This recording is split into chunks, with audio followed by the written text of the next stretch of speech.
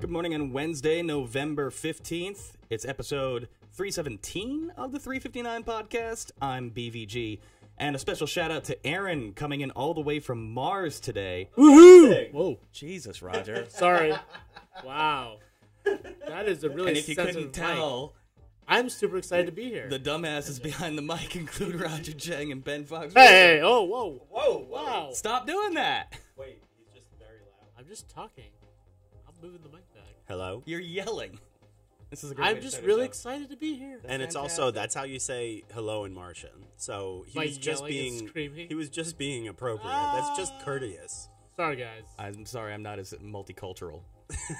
Right. So what the hell are we actually talking about on the show? Multi-galactical. Ben, what are we talking about? By talking, and I didn't Phone mean not addiction. yelling. Okay, so we're talking about phone addiction today. There's a Deloitte study out that we wrote about that talks about the fact that phone addiction may actually be cooling or subsiding a little bit. There are at least like a couple interesting data points to mention about that. We'll break it down for you in the podcast. And also Justice League, which is coming out this weekend. So this is the DC Universe's biggest effort so far to actually try to rival Marvel, and we'll see if they are actually successful. And Roger, you're actually going to be going. I will be watching it tonight. We'll be offering my early reactions on Twitter if you want to follow me. Mm-hmm. Yeah, I mean, I'm looking forward to it, but I'm very, very cautious. We're cautious. Cautious Extremely is a good cautious, word for it. yeah. So definitely send in your questions and comments. Certainly interested to hear what you guys all have to say about phone addiction and also expectations for the Justice League. BVG will get to as many as he can at the end of the show. Without further ado, let's get to the podcast. And here we go for the starting of the recording in 3, 2...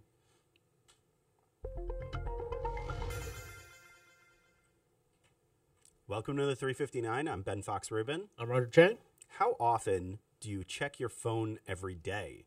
According to a study from Deloitte, it can be up to 86 times. That seems like a low figure for me, but go on. Okay, but Deloitte says that there are some small data points showing that our addiction to phones may be cooling. Roger, are you buying that argument? Yeah, I mean, I would buy the idea that some people are trying to curb their usage, whether it's, parents wanting to spend more time with their kids or with the real world, whether it's just people feeling the need for a digital detox. I do believe that people intend to, curb their usage on the phone, but If they actually do, whether or is not a they big actually do it, question. whether or not they actually succeed is another matter. Right. So one of the a handful of things, a handful of efforts that were mentioned in this Deloitte report where efforts to curb phone use include shutting down some notifications. That makes sense. Turning off the phone at night, like just completely turning it off. Right. Which doesn't work for me because I use my phone as my alarm clock, or Same here. keeping the device out of sight completely. So it's kind of like an out of sight, out of mind thing. My immediate thought when I was reading about this, though, was how there's this disconnect that a lot of people have, and I think you were mentioning it too, is that you want to curb your screen time and your phone use, and you get annoyed when you see people that like seem to be like stuffing their face into their phone. Yeah. But at the same time, then you turn around and do the exact same thing. Yeah, and look, we wrote about this a few years ago for the very first issue of CNET magazine. We talked about sort of the digital addiction, and one of the big causes is FOMO. It's a concept that's been around for a little bit more than a decade, fear of missing out. The idea that there's something else better or something that you need to be tapped into, tuned Someone's into. tweeting something. Exactly. I gotta check this thing. Or maybe it's an important email from work, right? Like you're constantly feeling the need, like, am I missing out on something? What's going on? And like, it seems like a really easy thing to break that mentality, but it's actually pretty tough, right? Especially when you've kind of conditioned yourself to be in that state, right? That you're always like, for me at least, like I'm always kind of on call whenever one of you guys sends me a question, or if I'm getting some sort of comment or suggestion from our bosses, like I feel like I need to be on my phone, checking it, constantly responding.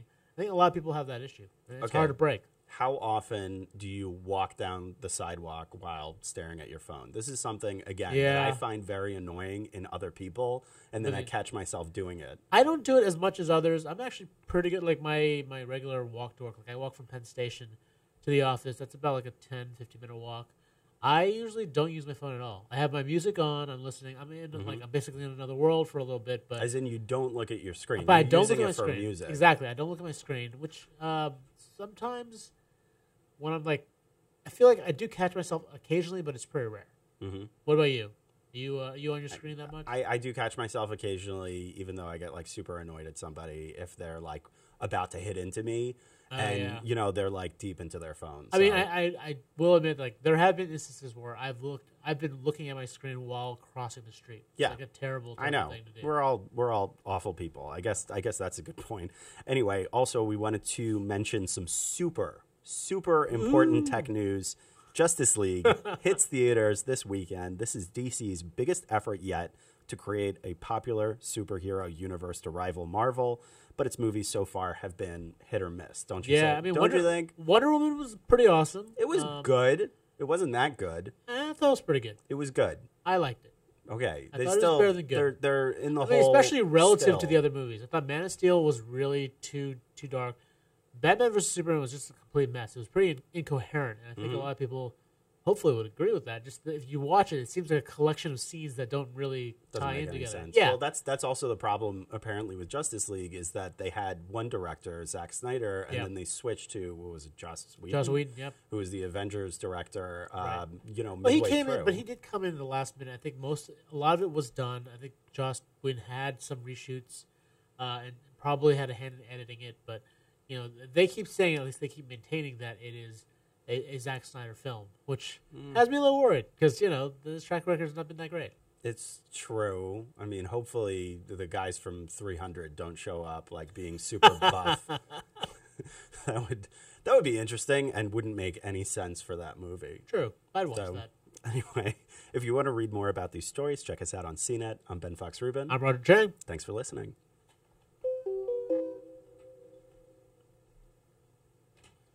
All right, so it's time to go ahead and delve back into the comments and questions that y'all have come up with for us.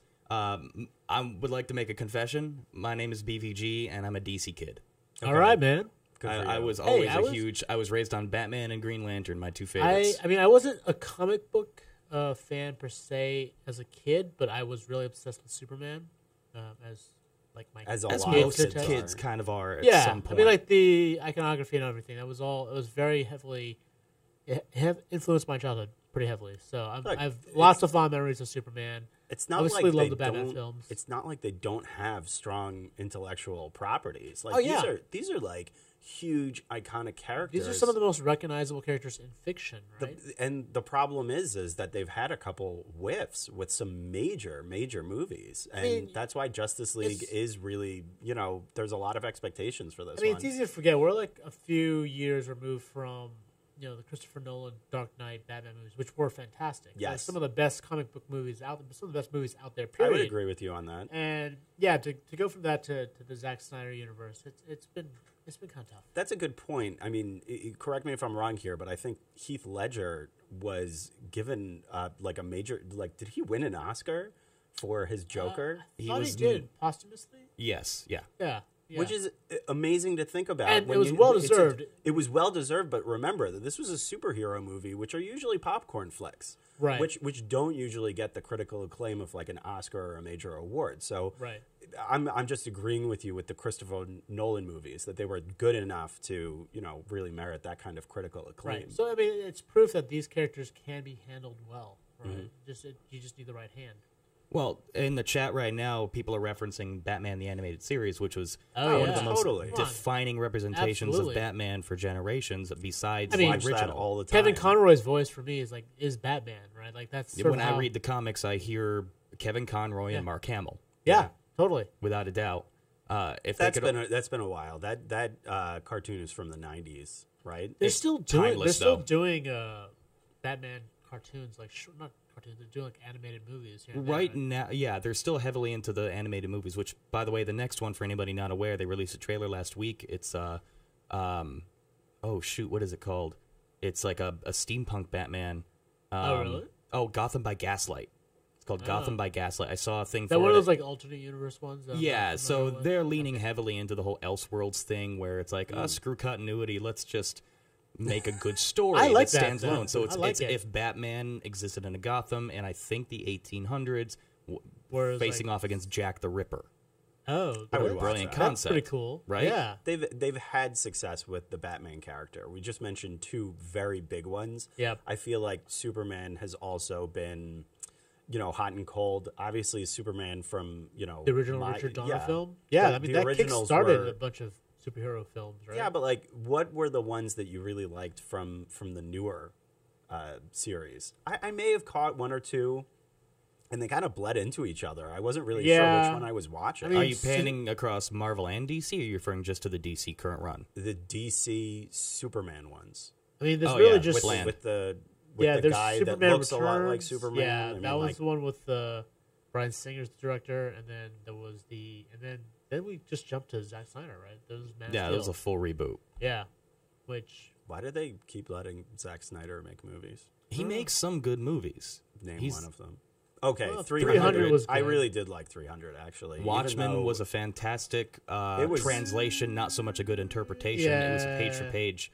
It almost. was. I did like Watchmen. I thought it was very dark and like Read the book, I did Yeah. read the book. I did read the book, and the book is also dark. darker. well, But I think he did a good job with the material.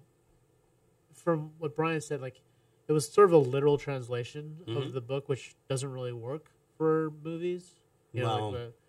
so I don't know. Hopefully, no spoilers on this one. But they got rid of the best part of the book, The which ending? was the weird squid thing, like the brain squid. Spoiler. I know. I Spoiler know, I alert know. for a Yeah, graphic I actually novel. thought the ending to the movie made more sense. It did. Well, It so did. think about it. It makes more sense in a contemporary generational standpoint. Yeah. That book was written during the Cold War. Yeah. And that was a huge part where we needed a common enemy kind of thing. That was the point of Watchmen. To Right. reinterpret it now in a contemporary setting, most current readers who aren't already grandfathered in fans, that doesn't land as hard. We're not in that, or we weren't in that situation. Who's to say what tomorrow brings? Right.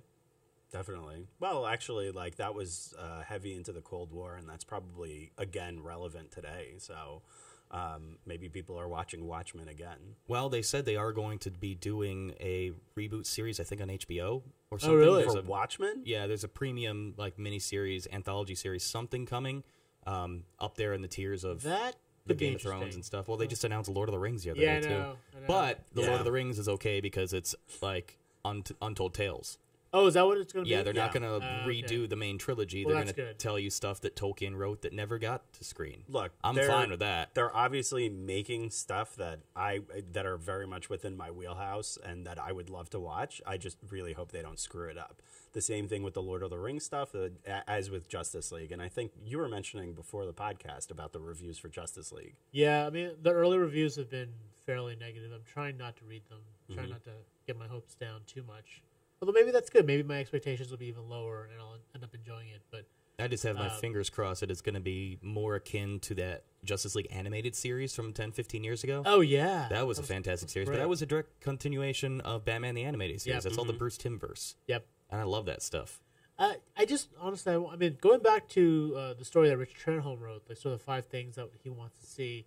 I mean, one of the big things that I just wanted to be fun. Yeah. they're not fun movies. They're not movies. Zack I wanna- Snyder is not known for I fun. don't. These are movies I don't want to take my. Not that I would take my kid because he's too young, but even when he's like 5 or 6, like, I don't think I'd be comfortable taking him to any of these movies. Yeah, if you Right. can't bring a toddler or a youngster to see a Superman movie, something's wrong.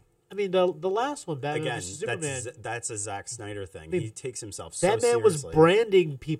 branding criminals with his bat sign. I mean, that's, Seriously? Yeah, that was Listen, pretty Batman, grim. There's whoa, wait, also- there's Batman enough- or Superman was doing Batman that. was Batman doing was it. doing Yeah, it. Okay, yeah. because if Superman was doing that, I'd be like, you don't understand Superman. Now, there's nothing wrong with taking some more adult concepts and bringing that into the fold. I mean, they were able to go pretty dark in Batman the Animated Series. I'm going to reference Heart of Ice.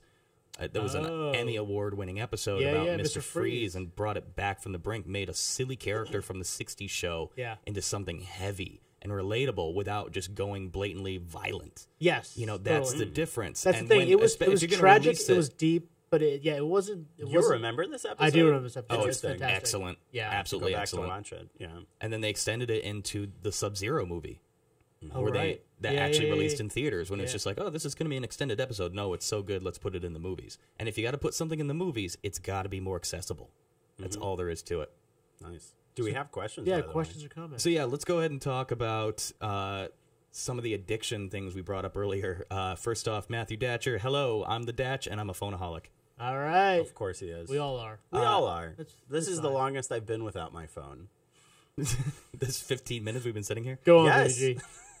Lim goes on to expand, says, define addicted. It's part of my life, like you don't get addicted to wearing clothes. And that's kind of an interesting point, but But yeah, I mean, You never stopped wearing clothes. Yeah. Though. Phones haven't been this prevalent. I I mean, mean, can- nudist colonies. yeah, can you go a full day without looking at your phone?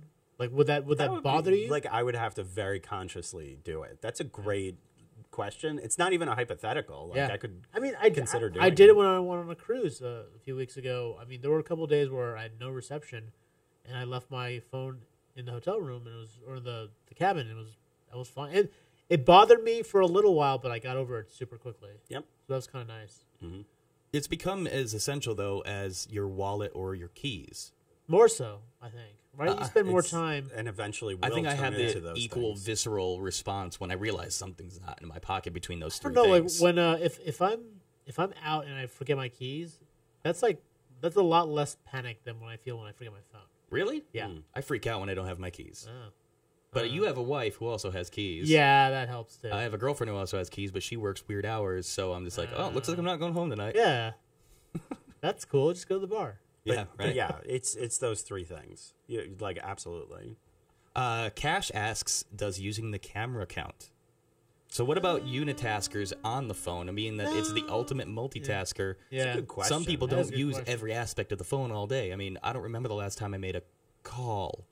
I think the problem with that issue is that the phone is so prevalent with so many different things that maybe you take it out to take a picture, and then before you know it, You take it you're out to looking tweet. up looking up Yeah. cat trivia or whatever. So like, it's just very easy to like fall into some sort Which of is cycle. what you were actually doing, right? Yeah. Yeah, that's good stuff. I'd be curious so- to see if people were as addicted to telephones. No. No, Well, no. teenagers were. There were Yeah, jokes right. about that It's back true. in the day. I remember spending hours on the phone. So I are don't we know just- why. are Now I we- look back, I'm like, man, that was lame. Is Wait, it more you that would we're talk to your friends. Yeah, That was cool. yeah. is it more that we're addicted to communication rather than the device Yeah, itself? I think that might be the Is core it thing. loneliness? Yeah, it's like this. It goes back to the it's FOMO thing, definitely going back to definitely. that need for a connection and FOMO. Yes. Let's go ahead and take another question. Now, this one is deep cuts right here. Stellar Tech. Could we discuss the neuroscience or at least the neurochemistry behind phone addiction? Dopamine seems to be the major neurotransmitter in relation with effects of attachment and withdrawal. Now, that's a little outside of my wheelhouse. I Yeah. am not qualified to Oh, respond to that, but it's an interesting thought. It's an interesting comment, and it goes to, I think Sean Parker was talking about that related to Facebook earlier this week, where he was saying we intentionally created Facebook to release small hits of dopamine and to like essentially get you addicted to it. Facebook as an app, similar to like other social apps like Twitter or maybe even your email. Yeah. The whole idea is to get small dopamine hits, and therefore that's Well, why how do they achieve the small? Like, is it through notifications or through through like notifications, positive like comments that post up in your news? like you're supposed to get like little pings that somebody like thumbs up one of your posts or Okay, something like got that. it. So it's little things along the way. Oh, like, there have been- validation. Yeah. right, and Yeah, there exactly. there's been discussion about that. You may have even wrote about this for your magazine piece about the idea that like a phone in some ways exists almost like a slot machine, and so it's meant it's meant to yeah, yeah. constantly keep bringing you back in. Yeah. and with constant pings. Right, and a lot And of it's people randomized. complain. Like, you can wait till the afternoon and somebody really loves your Facebook post and that makes you happy, or like you wake up in the morning and you see the news headlines and we're going to go to war with Korea, and that makes you sad. Right, which is why I think a lot of these folks that mentioned in the Deloitte study turn off notifications, because notifications is one of these things that could potentially pull you back Yeah, into the totally, phone. totally. So if you turn off notifications, the less it's able to draw you in, the less likely you are to get just kind of like thrown down. I mean, it's that the principle rabbit hole. of when the back in the old days when you had a home phone and it rang, your instinct was to pick it up because you were curious to know who it was. Like, few people are just gonna like let that phone ring. Like, nah, you know what? I'm just gonna disconnect. just ignore the phone ringing. Like that's the same principle with a ding, right? You get a little ding, you're like, I wonder what that is. Except instead of just the possibility of a phone call, it's phone call, email, text message, it's WhatsApp. And there are there are sounds and lights and little things and whatever, and like it vibrates. So it's, I mean, I looked at this from in a later story, like from a mobile gaming perspective. Like they've kind of gamed out how to make their games, their experiences so addictive, right? Whether it's like you've got to check back in every few hours to get special prizes, or just again the onslaught of notifications. Hey, haven't seen you in a while. I remember that. Check out these free little. We've got these. You free remember when little Farmville did that back in the day? Yeah, on, Facebook. They were I mean, I was thinking about Clash of Clans, right? Like, Clash of Clans is another one. Haven't been around for a while. Haven't seen you. Come on back. Hey, what's going on? So inviting. Your blackjack dealer misses you. How are you doing? MP Cody says, we're not addicted to communication. We're addicted to worrying about what everyone else is doing. Yeah, it's FOMO right there. That's a good way of putting it. That's absolutely what it is. See, that's the problem, is that you say addicted spend way more time lurking than anything else. Yeah. But like that's the thing, is that you mentioned addicted to communication, but you don't actually use your phone to make phone calls, right? Like, did I hear you correctly?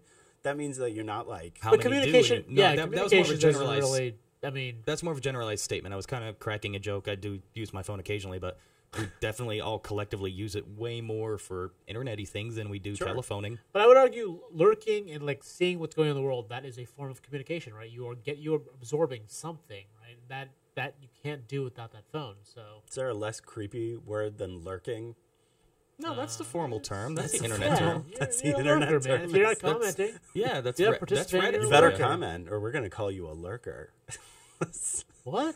Dude, don't forget to smash that like button. Stop being so old, dude. All right. I can't help it, but fine.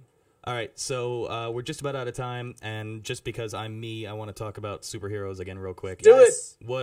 What are our ultimate personal hopes for DC going forward, tentatively, that this one flops too?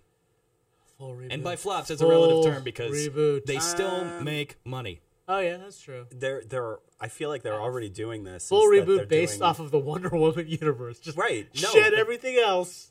Just isn't that what they're planning on? They are planning on doing more Wonder Woman movies. They're working on number 2, but it's in limbo because of the war between Gal Gadot and Brett Ratner right now. Okay. Over the harassment allegations. Wait, whoa. Is he direct? I don't understand why. His production company largely funded the first one, and she wants him out, and Warner Brothers to fund. Really? Yeah. I did not know that. Because he's kind of a jackass.